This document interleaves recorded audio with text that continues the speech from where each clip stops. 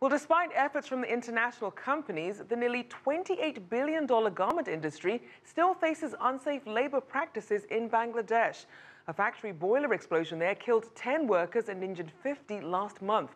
CGTN's Callebs spoke with Arvind Ganesan from the Human Rights Watch for a closer look into the issue.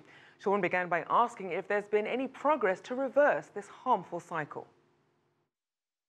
I mean, I think the way to look at this industry is it has changed for some, and it needs to change for others. I think what Rana Plaza did with the magnitude of that catastrophe and tragedy is it really opened people's eyes to the fact that for years companies had been saying they were being responsible, but in fact this was still going on, and Rana Plaza really punctuated how tragic the outcome could be if companies didn't pay attention to where they were getting clothes. And so what that's led to for some companies, like the H&Ms and Nikes and the like, is to be much more rigorous about where they're sourcing their clothes, to be more transparent about where they source their clothes so the public and others can know where the clothes are coming from. And they've actually, some of these companies have gone into contractual agreements with unions and others to try and fix the problem. But let's talk about those agreements, because as I understand it, most of those are just voluntary. So you can sign something and say, we're going to follow the very noble practice. Right. But when rubber hits the road and there's an economic downturn, it's easy to continue to punish those workers. Right, and so what happened after Rana Plaza is in Bangladesh, several companies and unions got together and said, you've got to sign a contractually binding agreement to make sure that the workplace is safe and that you pay attention to what's going on. That is a new development and something that you can really show to Rana Plaza. Not every company is doing that, and even those agreements aren't strong enough. So what we think has to happen is that you have to have stronger monitoring agreements around the world where companies are really obliged to monitor working conditions, that they have to disclose where they're sourcing clothes, not just from the immediate factory, but from the subcontractors those factories might use illegally or in an unauthorized way, because that's where a lot of problems can occur too. And ultimately, you also have to have stronger rules around the world to make sure companies act responsibly. And then finally, governments themselves have to enforce their labor laws, because if all of those things aren't in place, you could easily have another Rana Plaza somewhere in the world. In Bangladesh, 83% of the exports are apparel. And if you talk to the factory workers, they don't want that industry to go away. They want people like us to ask questions when we go in stores. They say it may not have an effect now, but it's going to in the future.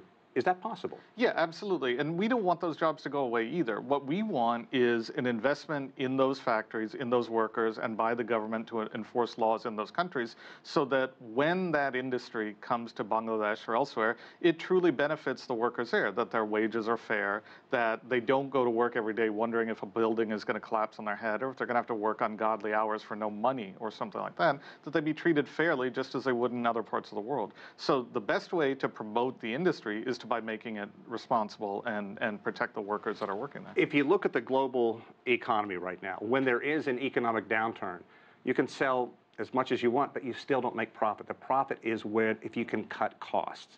So while it may be very noble to do the right thing, if there's another economic downturn, can you see the pressure on these downtrodden workers more? So the way we always look at it is there will always be downward pressure on these issues as long as the rules don't apply to everyone. So if everyone in the apparel industry, every apparel company is required to meet some minimum standard of responsibility, then you take away that competitive problem because you're saying that's kind of the floor under which you have to operate.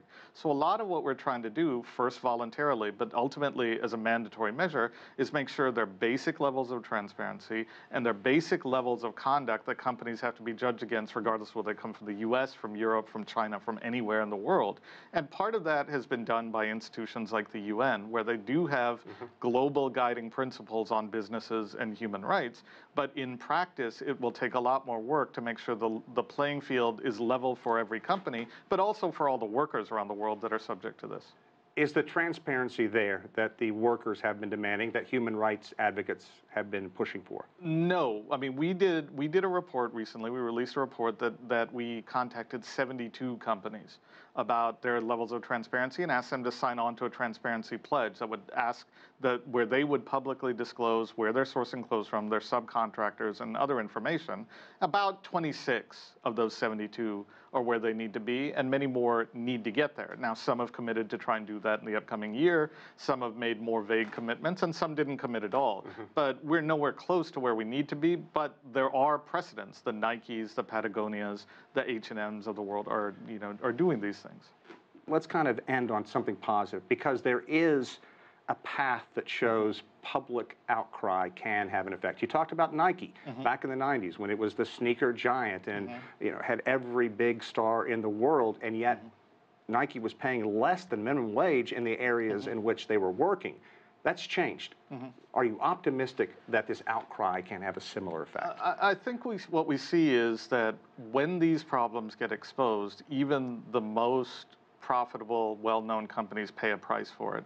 And at the same time, when they recognize that something has gone wrong, they can invest in making it better. So I would look at those 26 companies that are publishing a level of transparency that others are not as a precedent and as an example of what can be done as opposed to what might have happened before.